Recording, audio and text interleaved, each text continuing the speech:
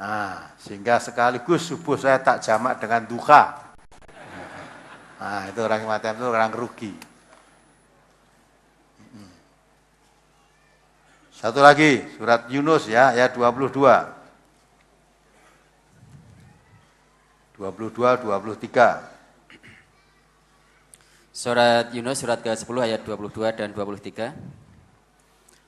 Huwallazi yusayyirukum fil barri wal bahr hatta idza kuntum fil fulk wajarayna bihim birihin thayyibatin wa farihu biha ja'adha rihun 'asifun wa ja'ahumul maut min kulli makanin wa dhannu annahum uhita bihim ta'allaha mukhlishina lahuddin la in anjaytana min hadhihi lanakunanna minasy syakirin falamma anjahum idahum yabghuna fil ardi bighairil haqq ya ayyuhan nasu innama baghyukum ala anfusikum mata'al hayatid dunya summa ilaina marji'ukum fanunabbi'ukum bima kuntum ta'malun. Dialah Tuhan yang menjadikan kamu dapat berjalan di daratan, berlayar di lautan. Sehingga apabila kamu berada dalam bahtera dan meluncurlah bahtera itu membawa orang-orang yang ada di dalamnya dengan tiupan angin yang baik dan mereka bergembira karenanya. Datanglah angin badai dan apabila gelombang dari segenap penjuru menimpanya dan mereka yakin bahwa mereka telah terkepung bahaya, maka mereka berdoa kepada Allah dengan mengikhlaskan ketaatan kepadanya semata-mata. Mereka berkata, sesungguhnya jika engkau menyelamatkan kami dari bahaya ini, pastilah kami akan termasuk orang-orang yang bersyukur. Nah, inilah naik kapal, ketika di tengah kapal, di tengah laut, ada angin yang meniup kapal. Zaman dulu kan kapal layar itu, ya, kapal layar ditiup dengan angin yang enak, arahnya tertentu, tidak angin puting beliung, ya, layarnya, wah senang, ya senang, ya mengikhlaskan dalam beragama, betul-betul pelaksanaan itu betul ikhlas karena Allah lah begitu. Tapi tiba-tiba datang angin yang kencang. Sehingga membuat kapal itu arahnya tidak keruan. Bolak-balik mungkin khawatir akan tenggelam. Samping angin yang kencang, ombaknya pun membesar. Udah. Maka dia janji, ya, lain ancaitana min hadihi lanakunanna minasyakirin. Ya, jadi janjinya minta diselamatkan oleh Allah dari bahaya ini. Jika engkau ya Allah menyelamatkan kami dari bahaya ini, pasti aku termasuk orang-orang yang bersyukur. Janjinya ketika dihantam bencana ombak, angin besar di tengah laut tadi, mohon kepada Allah diselamatkan. Kalau diselamatkan, kami akan termasuk orang yang bersyukur. Tapi apa yang terjadi? Ayat berikutnya. Maka tatkala Allah menyelamatkan mereka, tiba-tiba mereka membuat kezaliman di muka bumi tanpa alasan yang benar. Hai manusia, sesungguhnya bencana kezalimanmu akan menimpa dirimu sendiri. Hasil kezalimanmu itu hanyalah kenikmatan hidup duniawi. Kemudian kepada kamilah kembalimu, lalu kami kabarkan kepadamu apa yang telah kamu kerjakan. Ya lah. Janjinya tadi kalau diselamatkan bisa sampai di darat dalam keadaan selamat, jadi orang yang bersyukur. Syukur berarti tunduk patuh kepada Allah, tidak berbuat zalim, tapi taat sebagai manusia menjadi khalifah di bumi, berbuat kebaikan di muka bumi ini. Tapi ternyata setelah diselamatkan, dia ternyata berbuat kezaliman, buat kerusakan di muka bumi, berbuat zalim. Ya, mengingkari janjinya tadi. Maka Allah katakan akibat kezalimanmu akan menimpa dirimu sendiri. Jadi kamu mengingkari janji kepada Allah diingkari. Kamu maunya berbuat syukur, ternyata zalim itu. Sedang Allah itu tidak suka kepada setiap bentuk kezaliman. Ya. Termasuk kezaliman yang besar itu berbuat syirik. Inna syirka la dzulmun adzim. Perbuatan syirik ada suatu kezaliman yang besar. Nah itu maka kalau kamu sudah lupa kepada Allah, malah berbuat zalim, mensekutukan Allah dengan yang lain, tidak minta selamat kepada Allah, tidak bersyukur kepada Allah, tapi yang lain selain Allah, nah itu kamu berkezaliman yang besar. Akibat kezaliman yang besar karena syirik itu akan kamu rasakan sendiri. Semua amal kebaikanmu rusak, gugur karena syirik itu merusak amal kebaikan. Nah itulah contoh tadi ayat tadi yang sudah tanyakan tadi itu memang sifat manusia pada umumnya ingatnya kepada Allah di waktu kesulitan atau kesusahan, musibah. Tapi kalau di waktu diberi kesenangan seolah-olah senangan itu bukan pemberian dari Allah, maka tidak pandai bersyukur, malah banyak orang yang senang diberi kesenangan, diberi harta kekayaan yang banyak, ya sulit untuk berbuat baik. Ketika dalam keadaan melarat rajin beribadah, setelah dalam keadaan kaya mulai jauh pada Allah. Keadaan melarat pas-pasan ngaji di akad pagi walaupun nempuh jalan jauh, ya sepeda motor, ya kemarin dari kita yang dari mana itu? Mana? Comal, naik sepeda motor, katanya berangkat jam 10 siang. Sampai di sini ya kemarin jam 10 malam. Kok 10, jam 8 malam lah. Comal sini kan cuma sepeda motor sampai. Karena dekat. Ya. Tapi ada yang hanya dekat dari sini mau tempat ini malah kebablasan. Lah sini yang kene wah tekan Tawangmangu, tekan pengajian. Lihat aja pengajian kok minggu-minggu ke Tawangmangu, tidak ke pengajian. Pengajian besok minggu masih ada. Masih ada. Ya ingat kalau anak tamu tuh godan. Betul, minggu pengajian besok masih ada. Tapi ketahuilah hidupmu tinggal hari ini. Kalau kamu hari ini tidak bisa datang, minggu yang akan datang jangan harap kamu sudah dikubur. Maka Nabi kita mengatakan ikmali akhiratika ka'annaka tamutu wadan. Kalau ikmali dunyaka ka'annaka ta'isyu abadan. Kalau urusan cari dunia jangan harus sekarang. Kalau kebetulan bersamaan urusan kepentingan untuk dapat dunia, kepentingan dapat akhirat bersamaan, pilih untuk akhiratnya. Tanamkan perasaan, kalau untuk kejar akhirat ini saya tunda, waktunya tinggal sekarang. Kalau saya tunda berarti sudah tidak dapat. Tapi kalau untuk kepentingan dunia, saya tunda. Sudah jauh-jauh datang, kita pedagang di story, ya, yang tukang nyetor-nyetor dagangan itu, saya dagangkan berangkat, ya sudah, tinggal ini aja. Nanti sudah pengajian, wah ini saya yang playernya itu, ini dari saya ke sana, tidak saya tunggu kapan lagi kamu datang ke sini. Seminggu lagi seminggu saya masih hidup. Seminggu lagi saya masih hidup, sehingga kalau kamu datang ke sini ketemu saya masih hidup. Mau sekali-sekali kamu nggak usah ngaji. Ya, minggu yang akan datang saya hidup saya tinggal sekarang. Nah itu kalau nggak mau aja. Soalnya biasanya kalau ada begitu yang dikalahin kan ngajinya.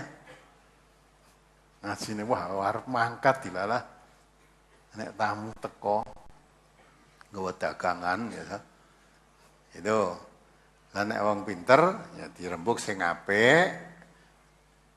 Nanti habis pengajian, saya pulang jam sekian, boleh kamu datang lagi ke sini. Ya. Kalau tidak, ayo kamu bersama saya ikut datang pengajian. Nah, mesti hitungannya, wah, kini rata tompo, dagangan rada angel, nanti nggak dapat rezeki. Nah, udah lupa toh, yang memberi rezeki itu siapa? Allah. Dan lupa, Ar-Razzaq itu Allah yang memberi rezeki. Jangan beranggap yang beri rezeki itu yang nyetori dagangan padamu tadi. Orang yang nyetori dagangan kepada saudara, itu sebetulnya dia butuh dagangannya laku juga. Yang butuh bukan yang disetori saja, yang nyetori itu pun butuh. Tetapi kalau kepada Allah tidak pernah butuh pada kita. Kita yang harus tertanam, kita yang selalu butuh pada Allah. Ya, Nabi kita mengatakan kalau untuk kepentingan menghadap Allah, kepentingan sangu untuk akhirat, jangan ditunda besok, waktunya tinggal hari ini. Nah, umumnya, mengenai hadis ini, carilah dunia seolah kamu hidup terus. Jadi kalau sedang bekerja yang sungguh-sungguh kerja keras, ya. Tapi kalau untuk sedang ibadah supaya kamu ingat mati. Jadi lagi sholat, kelingan mati, sholatnya ben khusuk, gitu dah. Nah, itu tafsir yang begitu itu tafsir yang tidak bisa dilaksanakan, tidak bisa dipraktekkan. Ya, coba bawa misalnya pedagang atau apalah, pegawai pedagang umumnya, jangan pedagang, sedang rame, ditunggu bakulnya adalah kurung adzan salat Jumat. Wa darul bai' idza nudiya lis salam yaumil jumu'ah fas'au ila dzikrillah wa darul bai', tinggalkan urusan jual belimu. Dzalikum khairul lakum in kuntum ta'lamun. Tapi ini tak tinggal Jumatan saya, ya. Nanti langganan saya itu tidak sabar nunggu, nanti dijual pada orang lain. Nah gitu kan. Nah, seolah-olah dengan begitu nanti kita tidak dapat rezeki. Padahal Allah mengatakan dzalikum khairul lakum in kuntum ta'lamun. Kamu cepat-cepat tinggal daganganmu, pergi salat Jumat itu lebih baik kalau kamu tahu. Ya. Kalau memang rezeki itu Allah akan berikan kepadamu, tinggal Jumatan dulu, bukan nanti tidak akan dapat, nanti pasti dia kembali membutuhkan juga dagangannya kamu beli. Nah, umumnya begitu. Nanti terus ada kemarin tak masjid ya dah ngurusi dagangan terus bareng komat lagi mangkat, seolah-olah nek tak tinggal. Padahal Jumat itu ora sekedar salat Jumat, kamu datang mendengarkan khutbah, lah nek wis kari komat iki ngrungokke apa? Nah, waktu itu tadi datang masjid ya, komat terus salat. Ketika kamu salat tadi kira-kira bisa ingat saya besok mati. Salatnya bisa khusyuk enggak kalau di rumah tadi ditunggu lengganan? Imame maca rada suwe wis gregeten. Suwe macane kok dawa-dawa men. Saat ditunggu lenggan saya jauh-jauh. Nah, begitu salam, ocomnya kok dikir 100 kali, begitu salam, rampung. Dikire karo mlaku. Loh, katanya kalau urusan akhirat supaya bisa kusuk, ingat kamu mati esok. Kadang mati, ke anak tamu tuh matinya besok pagi. Nah, kok tercepat-cepat lungo? Tidak mungkin gitu bisa. Jadi kalau sedang itu walaupun sholat tetap yang teringat dagangan yang menunggu tadi. Dagangan yang menunggu. Mula nganti sholat orang ruwaya khutbah nangguh komat. Komat ternyata imamnya serasa sepuh tur apalane Quran dawa. Wah aku mau kok nyedak Jumatan rene. Terus dititeni sapa imame, wah nek imame kuwi ora sida rene. Nah, itulah urusan dunia dan akhirat. Nah, ini semuanya makanya padahal yang dimaksud kalau kamu urusan dunia dan akhirat itu dahulukan urusan Allah. Kalau kita mementingkan urusan Allah, mendahulukan untuk Allah itu duniamu disertakan. Tapi kalau kamu hanya mementingkan duniamu, akhiratmu tidak dapat bagian. Coba dibaca ayatnya. Surat Asy-Syura ayat 20 itu. Semua itu ada dasarnya, petunjuk-petunjuk ini. Hanya kadang tidak diketahui. Mau cokoras, namanya seorang ngerti karpe barang.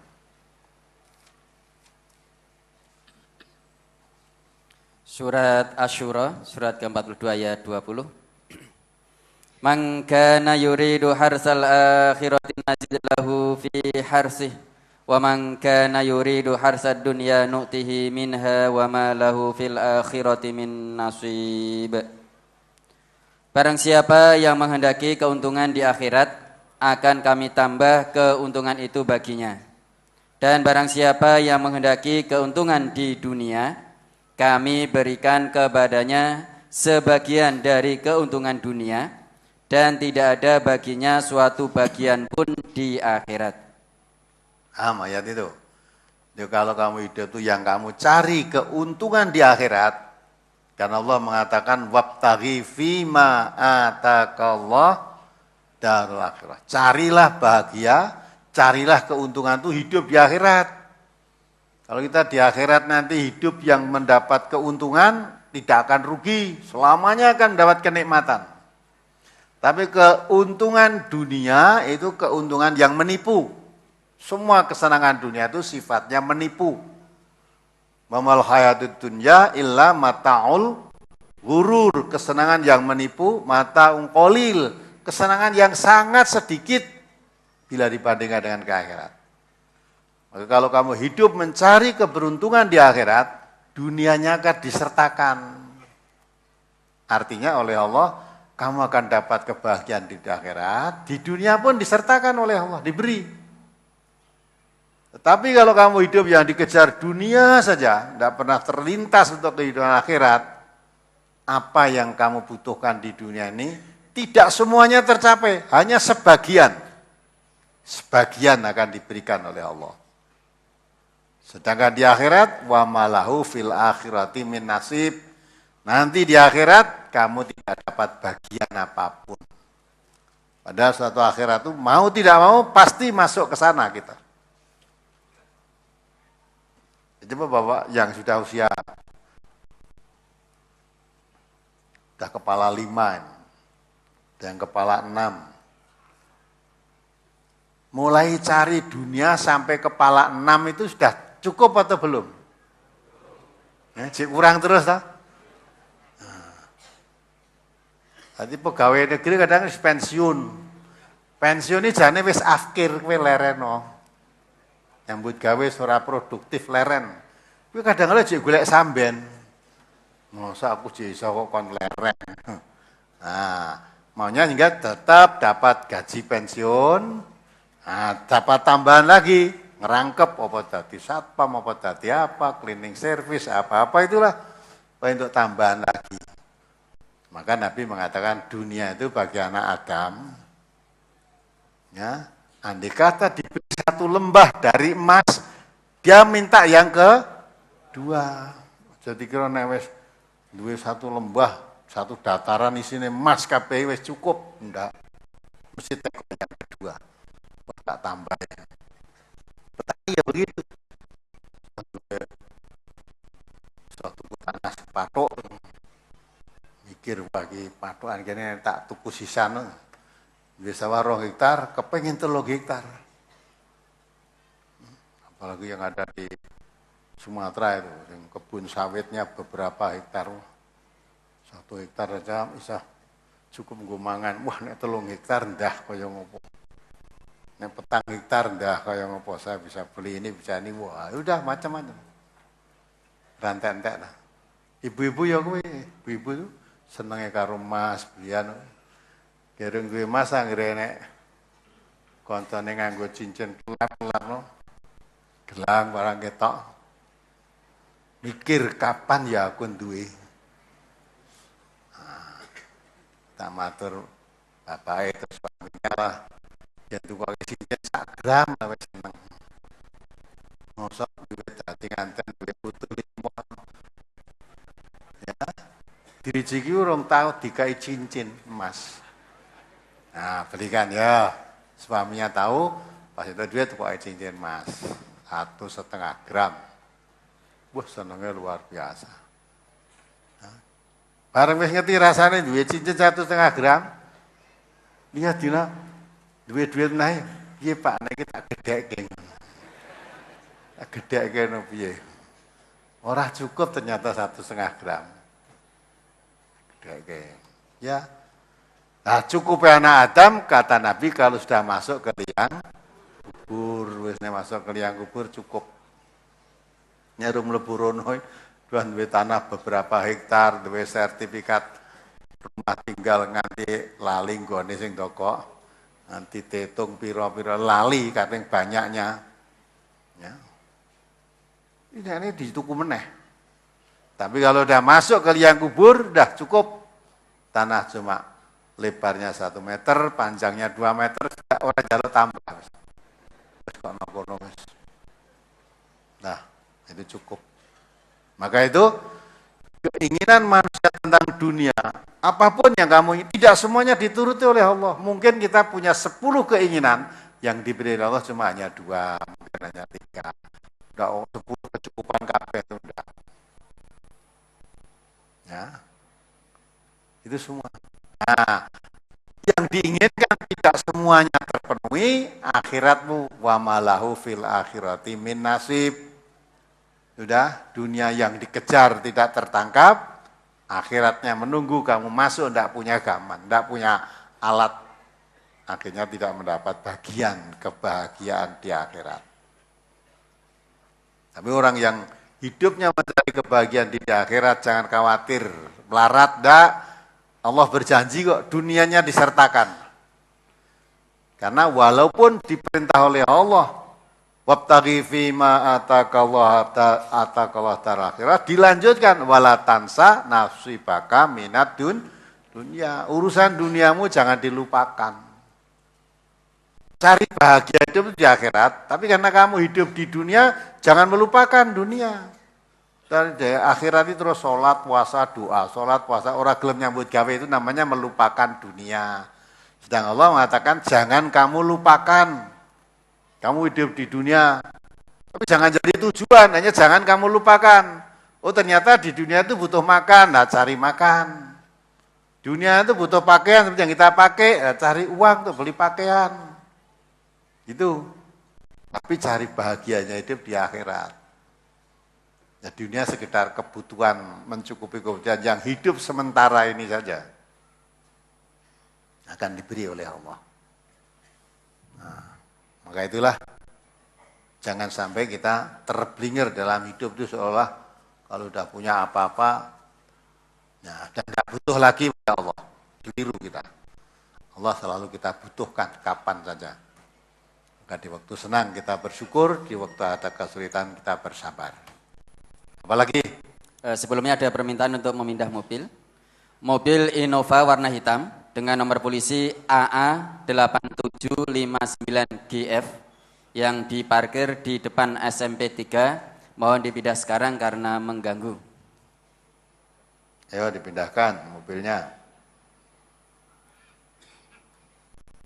Surah halaman 3 Ustaz, di surah An-Naml ayat 62. Amman yujibul muttarra idza da'ahu wa yakshifus su'a wa yaj'alukum khulafa'al ard a ilahum ma'allah qalilan ma tadhakkarun. Atau siapakah yang memperkenan doa orang yang dalam kesulitan apabila ia berdoa kepadanya, dan yang menghilangkan kesusahan dan yang menjadikan kamu manusia sebagai khalifah di bumi? Apakah di samping Allah ada Tuhan yang lain? Amat sedikitlah kamu mengingatinya. Ayat tersebut menerangkan bahwa Allah seolah-olah hanya sebagai tumbal butuh saja. Ketika dalam kesulitan dan kesusahan, mereka berdoa, beribadah dengan sungguh-sungguh. Dan ketika apa yang diminta atau dimohon dikabulkan, mereka lalai, jauh dan lupa untuk berdoa ataupun beribadah kepada Allah. Bagaimana kadar keimanan mereka dari segi agama, Ustaz? Ya seperti itu, pada umumnya kan seperti itu yang saya terangkan sejak tadi kan. Pada umumnya manusia itu tambal butuh saja.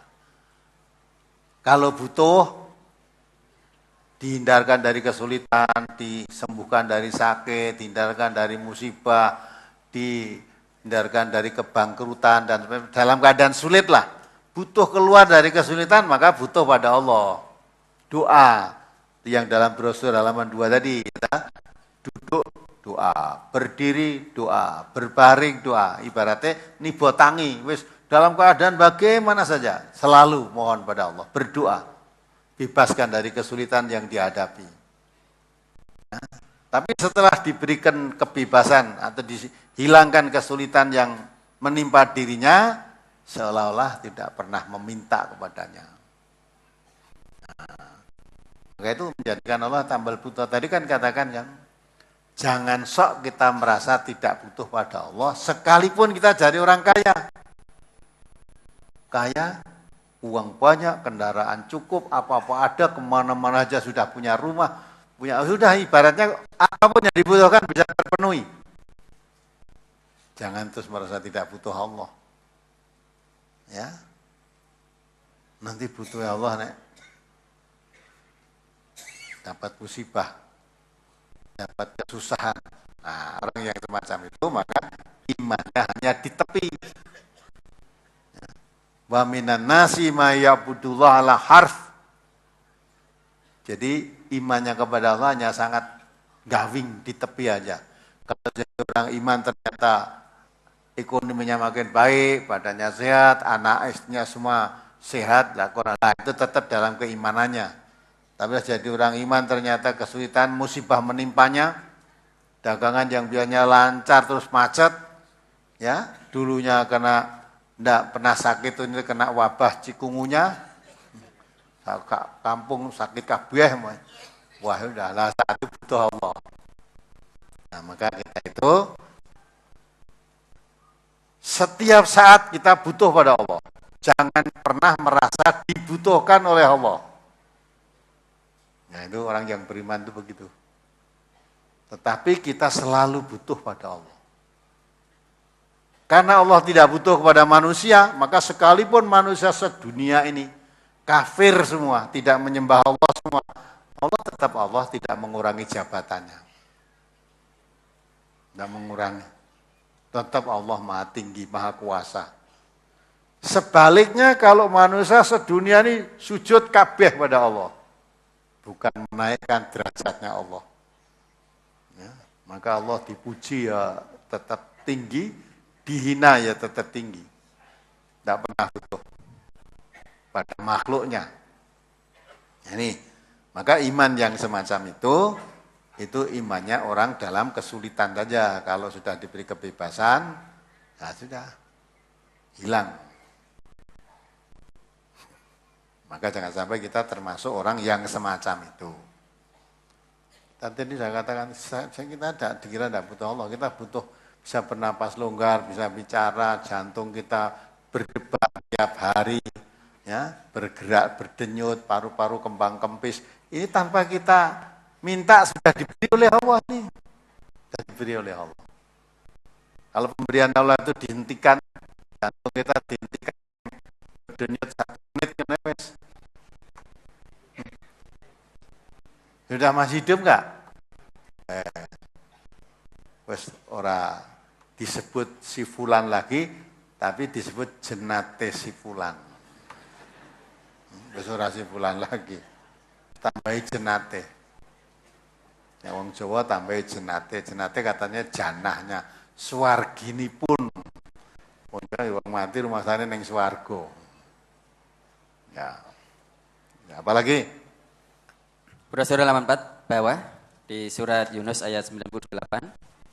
Falaula kanat qaryatun amanat fa nafa'aha imanuha illa qauma Yunus lamma amanu kashafna anhum adzabal khizyi fil hayatid dunya wa mata'nahum ila hin. Dan mengapa tidak ada penduduk suatu kota yang beriman lalu imannya itu bermanfaat kepadanya selain kaum Yunus? Tatkala mereka, yakni kaum Yunus itu beriman, kami hilangkan dari mereka azab yang menghinakan dalam kehidupan dunia, dan kami beri kesenangan kepada mereka sampai kepada waktu yang tertentu. Seandainya negeri kita beriman, apakah negeri kita akan menjadi negeri yang baldatun thayyibun wa rabbun ghafur, Ustaz? Pasti, itu pasti. Karena janji Allah. Allah itu kalau janji tidak pernah mengingkari. Coba dibaca surat Al-A'raf apa itu? Walau anna ahlul qura aman wa taqau la fatahna alaihim barakati minas samai wal ard walakin kadzabu fa akhadnahum bima kanu yaksibun. Surat Al-A'raf surat ke-7 ayat 96. Walau anna ahlal qura amanu wattaqau la fatahna alaihim barakatim minas samai wal ardi walakin kadzabu fa akhadnahum bima kanu yaksibun. Jikalau sekiranya penduduk negeri beriman dan bertakwa, pastilah kami akan melimpahkan kepada mereka berkah dari langit dan bumi. Tetapi mereka mendustakan ayat-ayat kami itu, maka kami siksa mereka disebabkan perbuatannya. Ya kan? Janji Allah itu innallaha la yukhliful mi'ad. Allah tidak pernah mengingkari janjinya. Allah berjanji bukan hanya kepada penduduk Indonesia saja. Penduduk negeri manapun. Kalau penduduk itu beriman dan bertakwa, walau anna ahlal qura amanu wa taqau la fatahna alaihim barakatim minas samai wal ardi. Dibukakan oleh Allah pintu dari langit, pintu berkah dari langit maupun dari bumi. Berkah dari langit maupun dari bumi. Tetapi kalau mendustakan ayat-ayat Allah, mengkufuri ayat Allah, diancam oleh Allah. Fa'akhadnahum bima kanu yaksibun.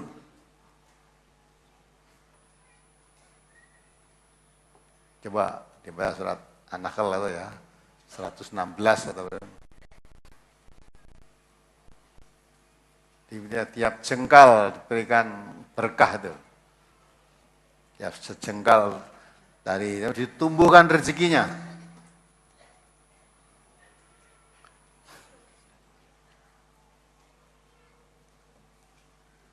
Surat An-Nahl Pak Isra itu Pak. Jadi kalau penduduknya beriman dan bertakwa, Allah telah memberikan kenikmatan. Curahkan berkah, curahkan rezeki. Hampir setiap jengkal tanahnya disyukurkan. Surat kulim makan. Surat An-Nahl surat ke-16 ayat 112. Ya. Wa daraballahu masalan qaryatan kanat aminatan mutma'innatan ya'tiha rizquha ragadan min kulli makanin fakafarat bi'an'umillahi fadzaqaha Allahu libasal ju'i wal khaufi bima kanu yasna'un. Ya, itu janji Allah kan. Terus? Dan Allah telah membuat suatu perumpamaan dengan sebuah negeri yang dahulunya aman lagi tentram, rezekinya datang kepadanya melimpah ruah dari segenap tempat, tetapi penduduknya mengingkari nikmat-nikmat Allah. Karena itu Allah merasakan kepada mereka pakaian kelaparan dan ketakutan disebabkan apa yang selalu mereka perbuat. Ya, gitu enggak? Allah buat perumpamaan yang dulunya negeri itu negeri subur, makmur, tidak kekurangan apapun. Bahkan Allah mendatangkan ya'tiha rizquha ragadan min kulli makan. Allah mendatangkan rezekinya berlimpah ruah dari setiap tempat. Setiap tempat di bumi itu tadi ditumbuhkan oleh Allah rezeki. Ibaratnya setiap jengkal itu udah tidak ada rezeki yang tidak ada jengkal tanah yang tidak menghasilkan rezeki. Di kolam susu coba. Iya kan? Ya. Tongkat ini ceblok kayak wis dadi tanaman, ora usah ndak. nyangkok, karena subur tanah itu. Tetapi karena fakafarat bi an'umillah, karena penduduknya ingkar kepada Allah, tidak mau bersyukur, ya, maka fa'adzaqahallahu libasal ju', timpakan oleh Allah pakaian kelaparan. Pakaian kelaparan. Kelaparan itu digambarkan seperti pakaian. Jadi selalu melekat pada dirinya. Artinya orang itu jangankan untuk kepentingan yang lain, makan saja tidak cukup. Maka ibaratnya harian itu kelaparan, wong pakaian kan tiap hari dipakai. Jadi pakaian kelaparan artinya ditimpakan suatu kelaparan sepanjang hari. Mengapa begitu? Karena fakafarot bi an'umillah, karena mengkufuri nikmat Allah.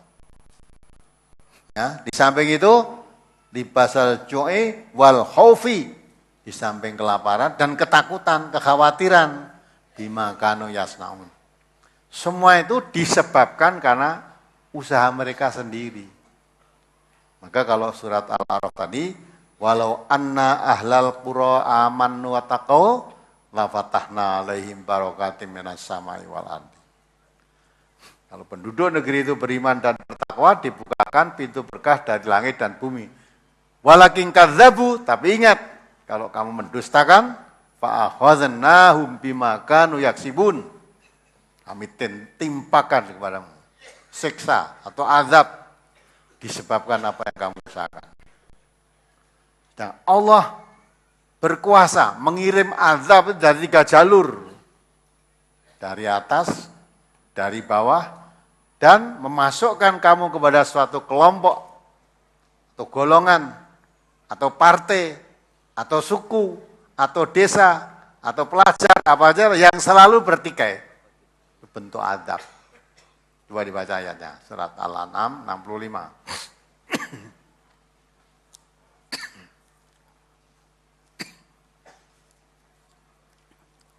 Surat Al-An'am surat ke-6 ayat 65. Qul huwal qadiru ala ay yab'asa 'alaikum 'adzaban min fawqikum aw min tahti arjulikum aw yalbisakum syi'an wa yudhiqa ba'dakum ba'sa ba'd. Unzur kaifa nusarriful ayati la'allahum yafqahun. Katakanlah, dialah yang berkuasa untuk mengirimkan azab kepadamu dari atas kamu atau dari bawah kakimu, atau dia mencampurkan kamu dalam golongan-golongan yang saling bertentangan dan merasakan kepada sebagian kamu keganasan sebagian yang lain. Perhatikanlah betapa kami mendatangkan tanda-tanda kebesaran kami silih berganti agar mereka memahaminya. Ya, ada notnya di situ. Ada, Ustaz. Baca. Azab yang datang dari atas seperti hujan batu, sambaran petir dan lain-lain, yang datang dari bawah seperti gempa bumi, banjir dan sebagainya. Sudah datang belum di negeri kita ini? Kalau sudah itu datang, kata Allah tadi, bima kanu yaksibun, itu karena usaha kita sendiri. Kalau Allah menghendaki, curahkan berkah dari langit dan bumi. Rezekinya datang berlimpah ruah, datang dari segala penjuru. Tapi kalau ingkar kepada Allah, tidak mau beriman dan tidak bertakwa kepada Allah, datangkan azab. Bentuk azab yang dikirim oleh Allah itu bisa dari atas kepala kita. Tadi diterangkan dari atasnya hujan batu, sambaran petir, ya dah. Hujan batu baru aja terjadi kan, di Merapi kemarin itu hujan batu, sambaran petir, sambaran awan panas, sudah kita lihat semua itu. Dari bawah kaki, tadi diterangkan banjir, hampir setiap saat di mana-mana terjadi banjir.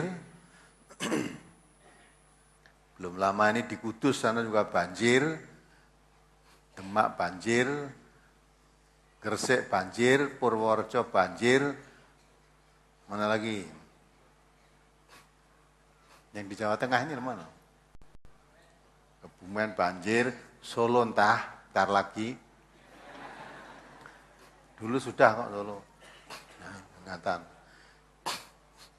Jika banjir Solo itu yang terakhir itu, hampir rumah saya pun kemasukan, walaupun tidak seberapa.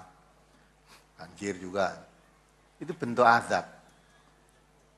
Ya, di samping itu, memasukkan kamu kepada suatu kelompok atau golongan yang selalu bertikai satu sama lain, ingin merasakan keganasannya. Kelompok ingin menyakiti, menganiaya, membunuh kalau bisa kelompok lain. Sudah tidak peduli ini Islam apa bukan. Walaupun Nabi kita mengatakan sama Muslim itu haram darahnya, haram hartanya, haram kehormatannya. Karena ini beda golongan dengan saya jadi halal semua. Dengan saya golongannya lain, berarti halal ini darahnya. Halal kehormatannya, diinjak-injak, dianiaya, diusir kalau perlu. Nah, itu azab. Tapi datang dalam keadaan diazab oleh Allah itu tidak merasa kena azab. Maka azab yang sesungguhnya nanti di akhirat. Tadi kan baru dikirim, dicicipkan. Makanya orang yang sadar sudah mengerti. Janji Allah itulah. Maka dengan cara apapun untuk memperbaiki bangsa dan negara, untuk menjadi baldatun thayyibatun wa rabbun ghafur, tidak akan mungkin bisa berhasil tanpa bertakwa kepada Allah. Udah toh nganggu cara apa yang nggak akan berhasil. Kecuali kalau penduduk negeri ini diusahakan menjadi orang yang beriman dan bertakwa. Sedang syarat menjadi orang yang bertakwa, tuntunannya apa? Quran. Nah, sekarang orang ngaji Quran malah kadang-kadang onyo-onyo diusir. Mereka kan tidak suka curahan rahmat dari Allah, berkah dari Allah, tidak suka. Yang diharapkan datang azab itu tadi. Ya, mudah-mudahan kita tidak terkena azab. Kita selalu berusaha mendapat curahan rahmat dari Allah. Orang sudah tidak mau kembali pada Al-Quran. Ya, Quran itu seolah cukup bacaan saja, tuntunan yang begitu hebat, begitu indah, yang menjamin pasti benarnya itu malah nggak diperhatikan. Kalau itu bukan orang Islam, pantas tidak memperhatikan. Kalau orang Islam sendiri tidak memperhatikan petunjuk-petunjuk Al-Quran, sedang dia mengakui Al-Quran itu hudal linnas, hudal lil muttaqin, tidak mau mengambil dari situ, ya petunjuk apa yang kamu dapat ambil di situ? Apa gunanya Al-Quran ini? Nah, maka berbahagialah orang yang mengingat dan mau mempelajari, mengimani Al-Quran, semaksimalnya yang sudah kita ketahui, amalkan dalam kehidupan. Apapun yang risikonya, apapun yang dihadapi, jangan kita bergeser dari tuntunan Al-Quran. Ya, apalagi? Brosur halaman 5 di surat Al-An'am ayat 103. La tudrikuhul absaru wa huwa yudrikul absar wa huwal latiful khabir. Dia tidak dapat dicapai oleh penglihatan mata, sedang dia dapat melihat segala penglihatan itu, dan dialah yang maha halus lagi maha mengetahui. Mohon dijelaskan, Allah tidak dapat dicapai oleh penglihatan mata, maksudnya bagaimana Ustaz? Matamu bisa lihat Allah enggak? Bila cetok gitu. Jadi Allah itu yang gaib. Mata manusia ini tidak akan, selama di dunia ini tidak akan bisa melihat Allah. Maka kalau untuk mengerti melihat Allah, jangan berpikir zatnya Allah seperti apa, terus kamu gambar-gambarkan, Allah itu besar, tinggi. Jangan begitu. Ya, tafakkaru fi khalqillah wala tafakkaru fi dzatillah.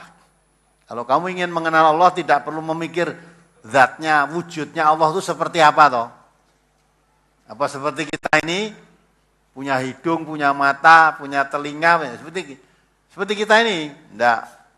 Nah, biar beda dengan manusia pada umumnya, terus digambarkan, Allah itu tangannya papat. Sama tangannya papat malah ting rembyah ora patut gitu. Anggo jas ngono piye kuwi lengene. Maka jangan mikir Allah itu seperti apa. Ingin melihat Allah, matamu tidak akan bisa lihat. Karena Allah itu gaib. Kalau sudah kamu bisa lihat, berarti Allah bukan yang gaib lagi. Maka Allah memerintahkan orang yang beriman itu tidak tidak dituntut untuk mengetahui yang gaib, tetapi hanya dituntut mengimani adanya yang gaib. Alladzina yu'minuna bil ghaibi wa yuqimuna sholata wa mimma razaqnahum yunfiqun. Jadi tuntut untuk mengimani bahwa Allah itu ada. Ya. Kalau Allah ada di mana? Allah tidak bertempat. Ya, tidak bertempat di mana-mana. Allah laki itu perempuan, lam yalid walam yulad walam yakul lahu kufuwan ahad. Jadi tidak ada Allah itu menyamai sesuatu barang apapun yang ada ini semuanya enggak ada yang merupai.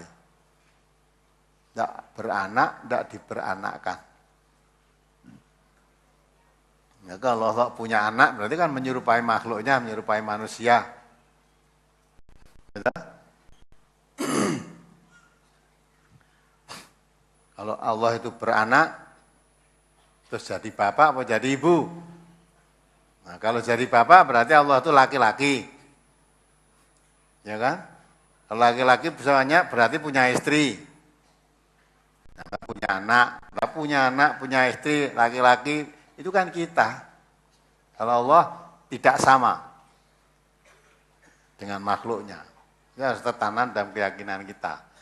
Maka di sini terangkan, ya, di bawah ayat itu, la yudrikul absaru wa huwa yudrikul absar. Allah itu tidak bisa dilihat. Tetapi Allah melihat segala sesuatu.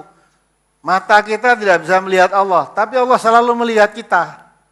Di mana saja kita berada, di mana kita berbuat, sedang apa kita, termasuk di sini kita sedang apa ngaji tenan, apa ngantuk, itu Allah tahu. Persis Allah tahu itu. Iya. Semuanya itu tahu. Itu ya. Jadi jangan, nah kalau kenal Allah, lihat saja yang diciptakan. Kamu lihat gunung, lihat laut, lihat pemandangan gunung yang indah, pemandangan laut. Jangan hanya berhenti pada indahnya pemandangan, tapi pikir ke sana, siapa yang menciptakan ini? Dan malam hari kita keluar melihat bintang-bintang di langit sangat indah. Jutaan bintang, ojo mung indah. Pandangannya siapa yang menciptakan ini? Jadi sana makin mengenal, berpikir ciptaan Allah, makin mengenal Allahnya itu sendiri. Siapa penciptanya? Ya, barang-barang yang ada ini. Jadi Allah semua ini pencipta. Bumi yang katanya bumi ini bulat, kita bisa berdiri, bisa lari, bisa sepeda motor, tidak pernah guling karena mumet, buminya bulat, tidak ada. Siapa itu? Maka Allah menghamparkan bumi ini yang bulat laksana hamparan rata begitu. Siapa yang membuat itu? Nah, maka melihat yang diciptakan oleh Allah, kalau gunakan dengan pikiran kita, makin mengenal keagungan Allah. Walaupun tidak pernah melihat Allah. Apalagi? Sebelumnya ada mohon dibacakan Ustaz. Ya. Untuk rombongan Sambung Macan 2 diharapkan pulang karena ada warga Sonorejo yang meninggal. Sekali lagi rombongan dari Sambung Macan 2 dimohon untuk segera pulang karena ada warga Sonorejo yang meninggal. Ya, mari Sambung Macan 2. Halaman 6 masuk ke halaman 7 Ustaz. Alladzina istajabu lillahi war rasuli min ba'di ma asabahumul qarhu lilladzina ahsanu minhum wattaqau ajrun azim. Alladzina qala lahumun nasu innan nasa qad jama'u lakum fakhshawhum fazadahum imana